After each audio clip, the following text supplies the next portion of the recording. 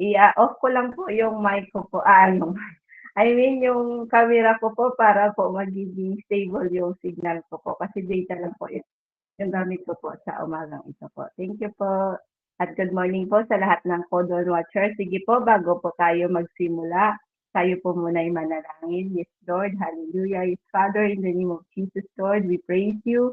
We glorify you and we honor you and magnify your name, Lord Jesus. Lord, thank you for this morning. Thank you, Panginoon, sa opportunity na binigay mo po na makapagturo ulit, Panginoon, sa Don't Watch, Panginoon. I give up to you, Panginoon, ang mensahe na aking ibabahagi, Panginoon. Kayo po mag-minister sa bawat isa na makasama po namin. I pray in the name of Jesus, gamitin mo lamang po ako as a mouthpiece, as a vessel para sa umagang ito, Panginoon, naman ang mensahe na gusto mong iparating, Panginoon, sa bawat isa, makuha po nila yung portion na gusto mong iparating sa kanila. Salamat, Panginoon. We praise you, we glorify you. In Jesus' name, amen and amen. Sige po, sa lahat po ng mga may Bible, pakibukas po tayo sa Psalm 32 verse 8. Sabay-sabay po natin basahin. Sabi po dito, I will instruct you and teach you in the way you should go.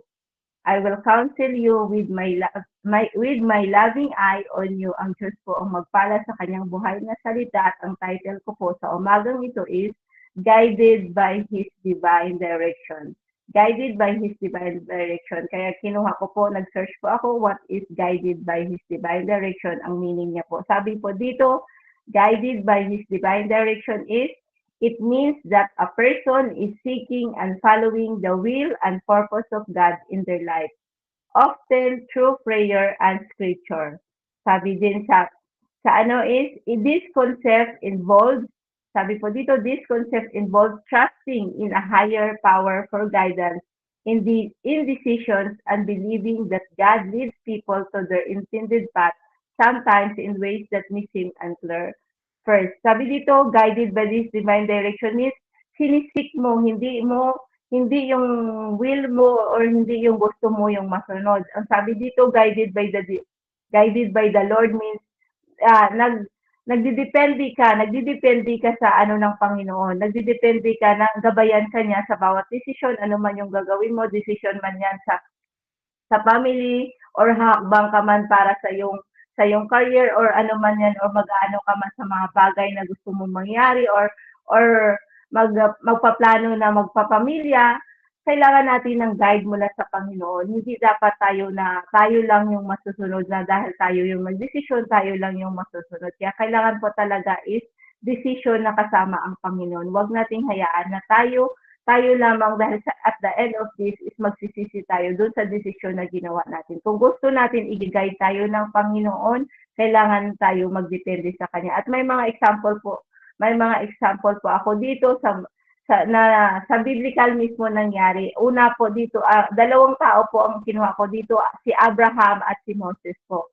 Si Abraham at si Moses, sila yung ni-lead Abraham and Moses who were both led by God's instruction. Dalawa po sila yung ni-lead na kinuha ko po sa Bible na ni-lead ng Panginoon through sa instruction niya. Una, si Abraham naman is Abraham going out of his native country, not knowing where he was going, being wholly dependent upon the guidance of God.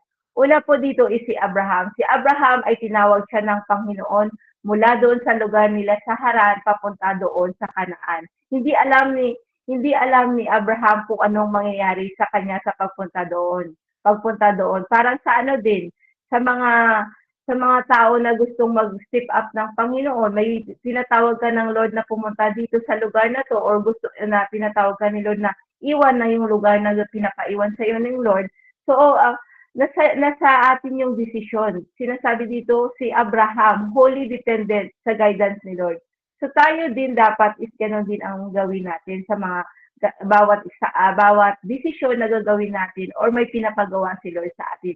Magiging kagaya tayo ni Abraham. Na si Abraham ay hindi niya alam kung anong mangyayari pero dahil alam niya, nasasamahan siya ng Panginoon at alam niya, nag-i-guide siya ni Lord sumunod siya. Sabi po dito sa Genesis chapter 12 verse 1, sabi po dito, the Lord has said to Abraham, go from your country, your people, and your fathers household to the land I will show you.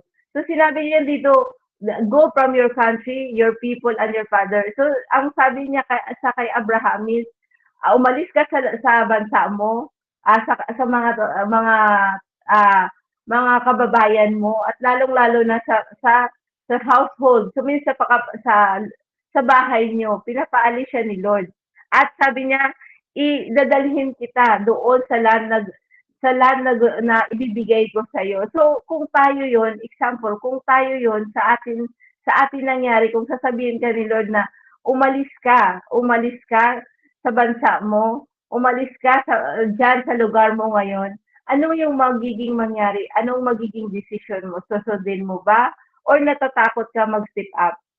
Natatakot ka mag-step up dahil doon sa takot ka kung ano ang mangyayari kapag nandun ka na sa lugar na yon or nandun ka na sa sitwasyon na yon, takot ka na mag-step up. Ano yung magiging decision mo? Pero dito, pinakita dito na si Abraham is hindi siya nag-doubt, hindi siya nagdalawang isip. Ang ano niya doon is sumunod siya kaagad. Nung sinabi ng Lord na go from your country, your people, and your father household to the land I will show you, sumunod siya kaagad. At sinama niya nga, 'di ba? Sinama niya ang kanyang asawa na si Sarah at ang kanyang pamangkin na si Lot at yung tatay niya. Kaya ang ano doon is tayo din kapag may mga desisyon tayo na gawin, dapat may mga alalahanin natin palagi na si Lord yung magagabay sa atin. Wag tayong na wag tayong manguna, wag natin pangunahan si Lord. At ang pangalawa po is si Moses. Si Moses naman po tayo. Dito po si Moses is who was guided by divine direction, acting as a prophet to receive and relay God's instruction to the Israelites as he lead them out of Egypt and through the wilderness. Si Moses naman po, siya yung nag-guide. Siya yung nag-guide at siya yung parang sa kanya pinapasa ni Lord yung message na, Moses, ito yung gawin mo. Sabihin mo sa mga Israelita na papalayain ko na sila. So si Moses ang siya yung nagtagapag-guide doon sa mga Israelita. At yung bawat instruction na binibigay sa kanya ng Lord, pinapasa niya sa mga Israelita na dapat ito yung gawin. Dapat ito yung gawin niya para magiging maayos yung magiging pag-alis nila. Pero 'di ba nakita naman natin na marami ang nangyari bago sila nakaalis sa Egypt, marami munang himala o marami muna silang naranasan. Pero dito, mas nagdepende si Moses sa sinasabi ng Lord na instruction sa kanya. So magiging example po natin dito si Moses at saka si Abraham. Dahil sabi sa kanyang sa Psalms 103 verse 7, sabi po dito, He made known His ways to Moses, His deeds to the people of Israel. So, si Lord mismo ang nag-ano ng ways at ang kanyang mga gawa sa Israel. So, dapat para malakaran natin at magabayan tayo ni Lord, dapat magiging attentive po tayo doon sa instruction ng Panginoon, lalong-lalo sa boses niya kapag may sinasabi siya sa atin. Hindi lamang na sarili nating desisyon ang susundin natin. Sabi ko nga kanina, sa lahat ng bagay na desisyon o sa lahat ng pinapagawa sa atin ng Lord, dapat guided by His divine direction. Lahat yun direction mula sa Lord. Ano man yan yung mga desisyon na gawin mo, mag-aasawa ka man or mag-change ka man ng career or pupunta ka man sa isang lugar na pinapapunta ka ng Lord, kailangan pa rin guided by His divine direction, hindi yung sarili lang natin. Sa bawat desisyon, hindi sarili natin na dahil gusto lang natin or dahil sa emosyon lang natin, hindi dapat natin sundin yung emosyon natin. Dapat pa rin natin i-base doon sa sinasabi ng ating Panginoon.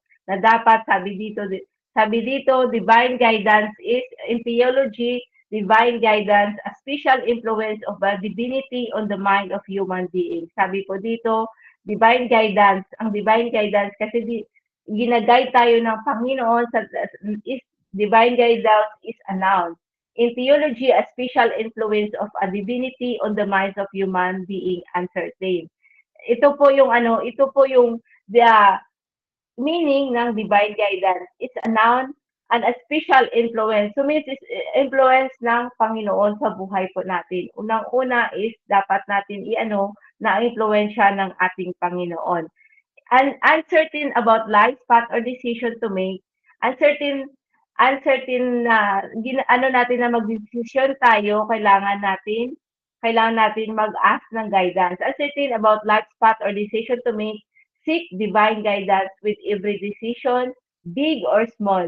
God promised to guide us. His plans are greater than anything we could imagine. So, sa bawat decision natin or life path man na gagawin natin, dapat mag-seek tayo ng divine guidance sa ating Panginoon. Maliit man yan o malaki man yan or may pinapagawa man ang Lord sa atin, kailangan natin mag-ask ng gabay sa Kanya. Kasi kapag tayo lamang yung mananangan sa ating karunungan, minsan nagkakamali tayo. Minsan, yung akala natin is nakakabuti para sa atin ay hindi pala tama, hindi pala nakakabuti sa atin. So minsan yung ating desisyon, tayo din ang nagpapahama kung sarili lang natin yung sinusunod natin. Kaya kailangan po natin, every decision we make, big or small, kailangan po talaga is merong gabay ng ating Panginoon. Kaya, isuko mo sa Diyos ang mga plano at mga hakbang mo. Isuko mo lahat sa Panginoon, kung ano man yung plano mo, ano man ang hakbang mo. Lord, ah, ito po yung hakbang ko, ito po yung mga gagawin ko, at ito yung mga plano. So lahat po yun is dapat isuko natin sa Panginoon. Lahat po yun, huwag kang hahakbang na hindi mo sinusuko kay Lord. Dapat daw walang masama na magplano, pero kailangan pa rin natin isip yung natin, sabi nga sa Proverbs 16:3, commit your plans or commit your ways in the Lord.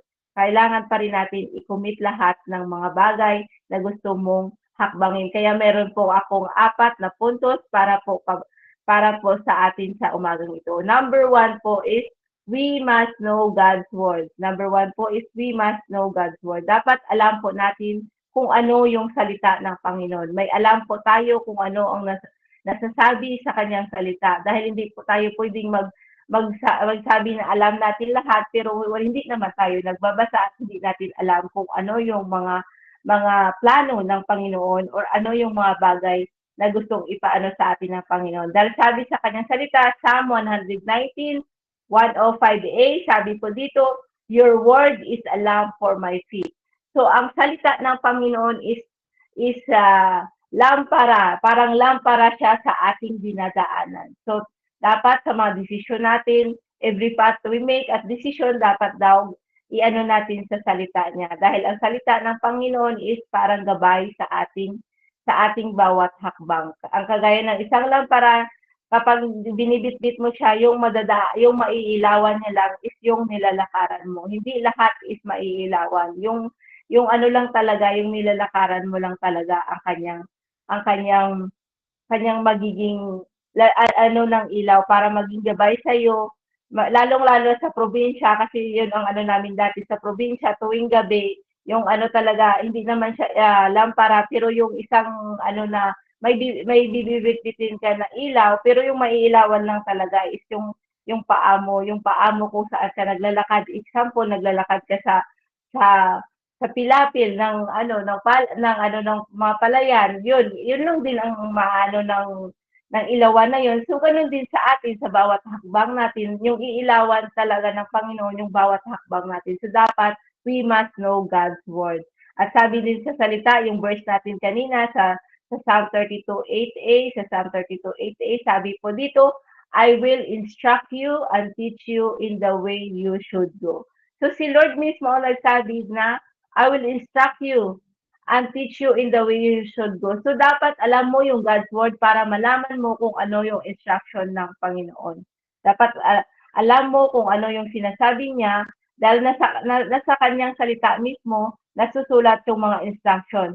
Sinasabi niya dito, I will instruct you and teach you in the way you should go. So, lahat yun. Hindi pwede natin sabihin na hindi alam ko naman kung ano yung mangyayari sa buhay ko. Dapat daw, nakadepende tayo. Kung gusto natin ng guidance mula sa ating Panginoon, kailangan is alam natin yung kanyang salita. Dahil siya mismo ang magsasabi sa atin, siya mismo ang mag-instruct sa atin na ito yung dapat natin gawin. Kagaya din dun sa example ko kanina kay Abraham at kay Moses, yun ang ganun din yung nangyari sa kanila. Bakit nakapunta sila doon sa gustong papuntahan sa kanilang Lord dahil sumunod sila sa instruction at nagsumunod sila kung ano yung way na sinasabi ng Panginoon sa kanilang buhay. Hindi dapat tayo magiging depende sa ating sarili na ito na yun ang tama para sa buhay ko. Hindi dapat yun daw ang dapat natin gawin. Kaya number 2 po is we must know God's will. Number 2 po is we must know God's will. Dapat alam natin ang will ng Panginoon. Hindi dapat natin na, ito na yun. Ito na yun, Lord. Dapat hindi. Dapat pa rin tayo sa base, sa will ng Panginoon. Dahil sa kanyang salita, sa Psalm 32 verse 8b, sabi po dito, I will counsel you with my loving eye on you. Sabi po dito, dapat alam mo yung will niya. So, I will counsel you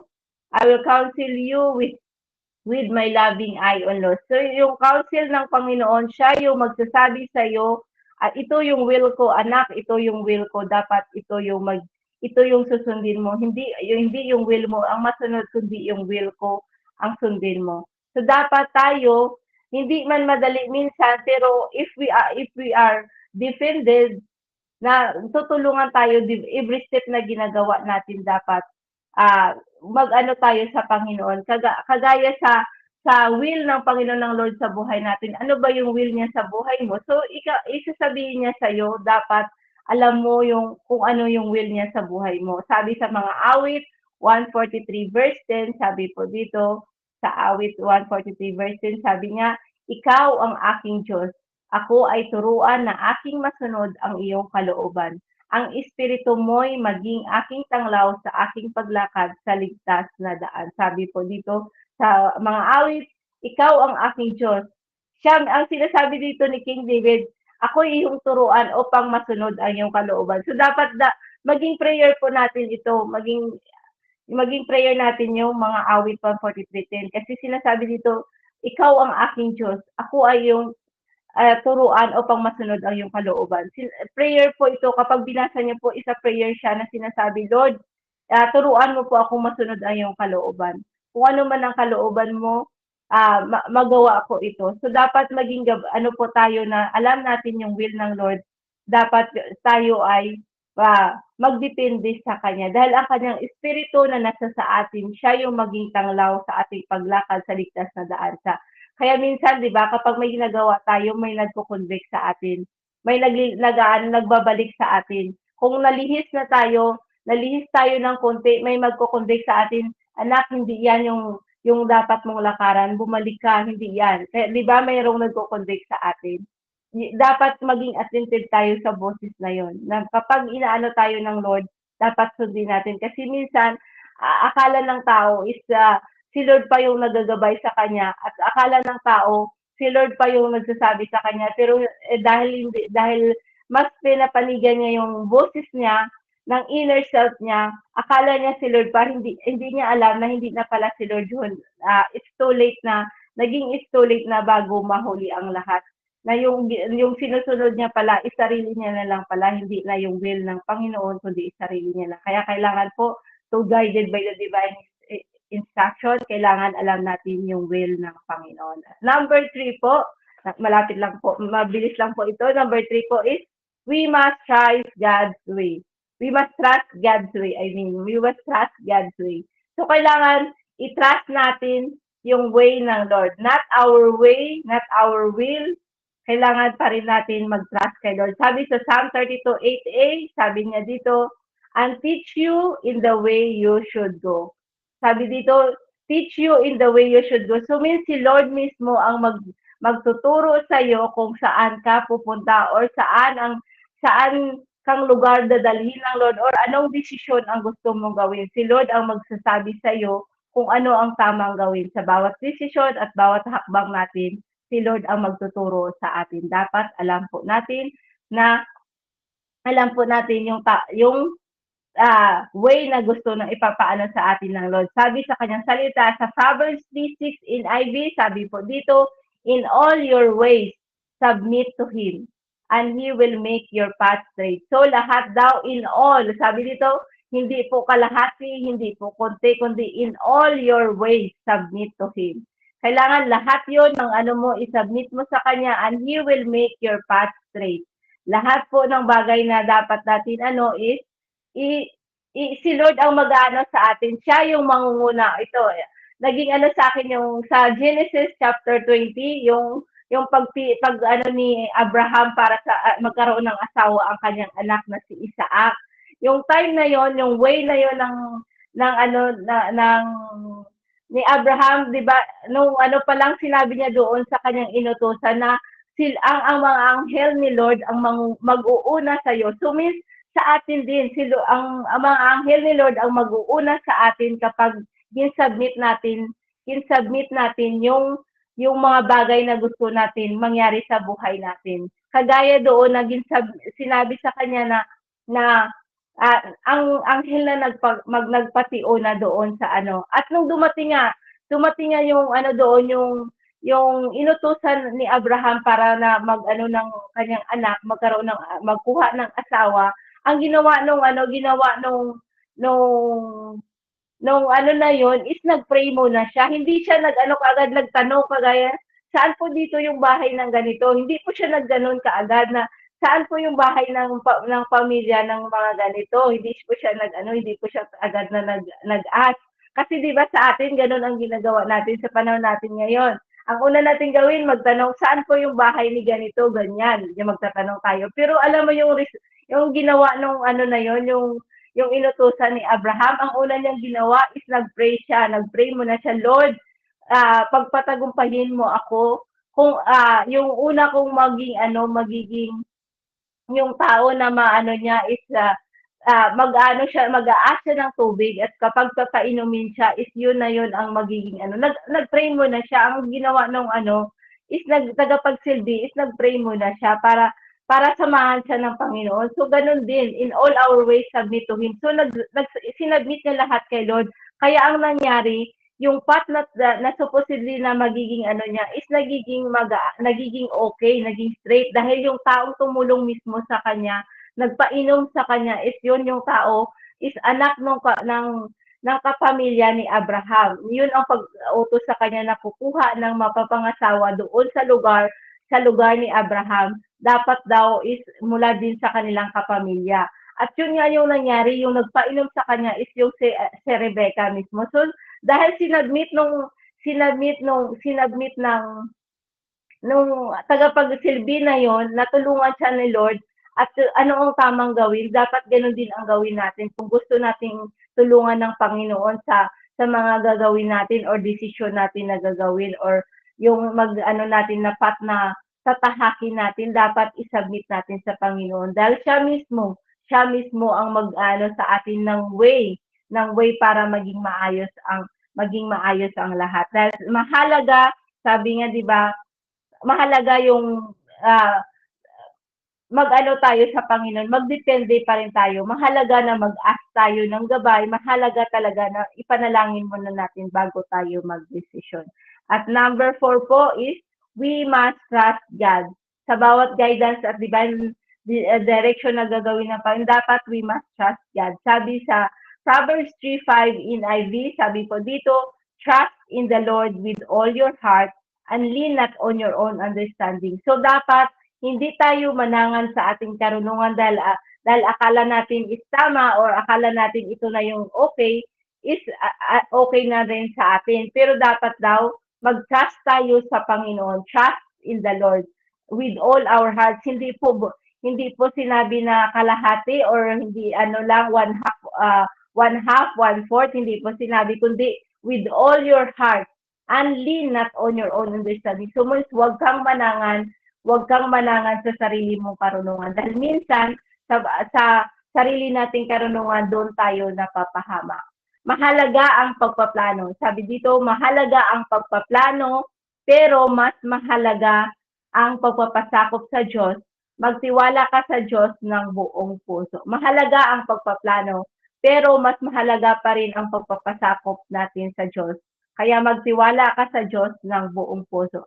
Dahil ang kaisipan ng Panginoon at ang kaisipan natin ay hindi same. Magkaiba po yung ways ni Lord at ang ways natin is hindi kagaya na sa Panginoon. Dahil sabi niya sa Isaiah 55:8, NIV, sabi po dito, "For my thoughts are not your thoughts, neither are your ways my ways, declare the Lord." So, yung kaisipan mo at ang kaisipan ng Lord, sinasabi nga hindi kaparihas. So, huwag kang manangan sa iyong karunungan.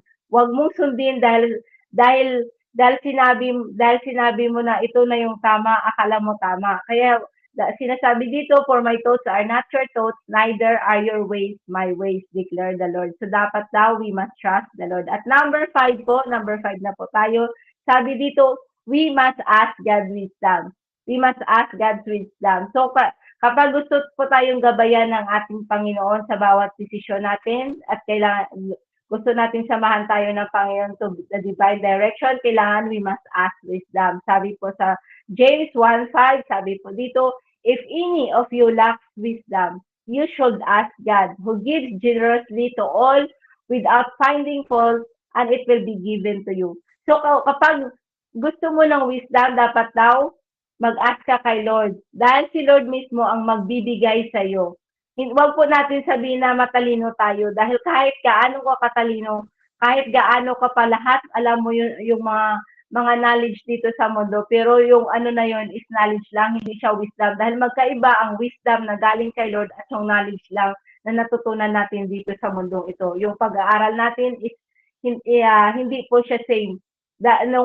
Sasabihin na tayo ay matalino dahil hindi po talaga nakakabuti kahit gaano ka katalino, at the end of this is andun masusukat yung talino mo at kapag wala siyang wisdom. Pero mas maganda pa rin hingiin natin sa Panginoon yung wisdom na dapat nating gawin at dapat nating gabay.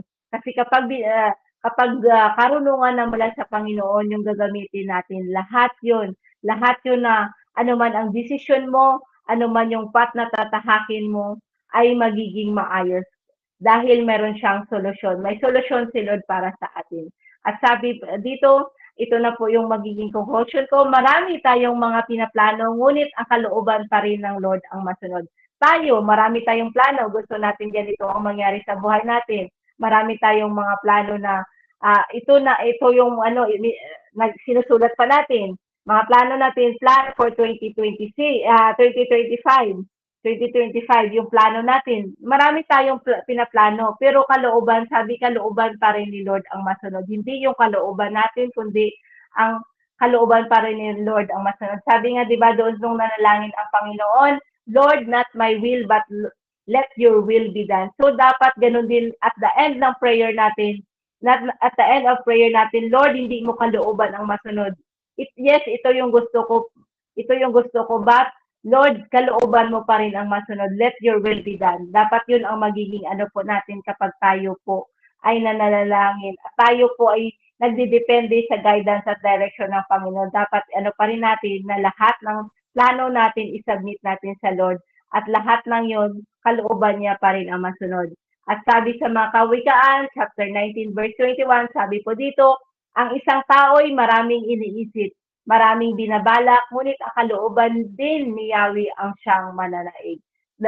Sabi dito, marami tayong mga iniisip, marami tayong gustong balakin, gustong mangyari sa buhay natin. Marami tayong mga bagay na dapat ganito ang mangyari sa buhay ko. At the end of this, dapat na nag-goal ko na yun. Pero 'di ba, sabi dito sa kanyang salita, marami tayong mga iniisip at binabalak, pero kalooban pa rin ni Lord ang masunod at mananaig sa buhay natin. Huwag nating hayaan na yung kalooban ng Panginoon ay hindi natin masunod dahil lamang sa gusto natin, dahil sa emosyon natin.